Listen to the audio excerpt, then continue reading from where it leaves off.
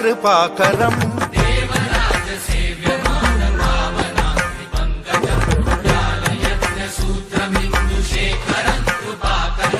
नारदादियोगि वृन्दवन्दितं दिगम्बरम् काशिकापुराधिनाथ कालभैरवं भजे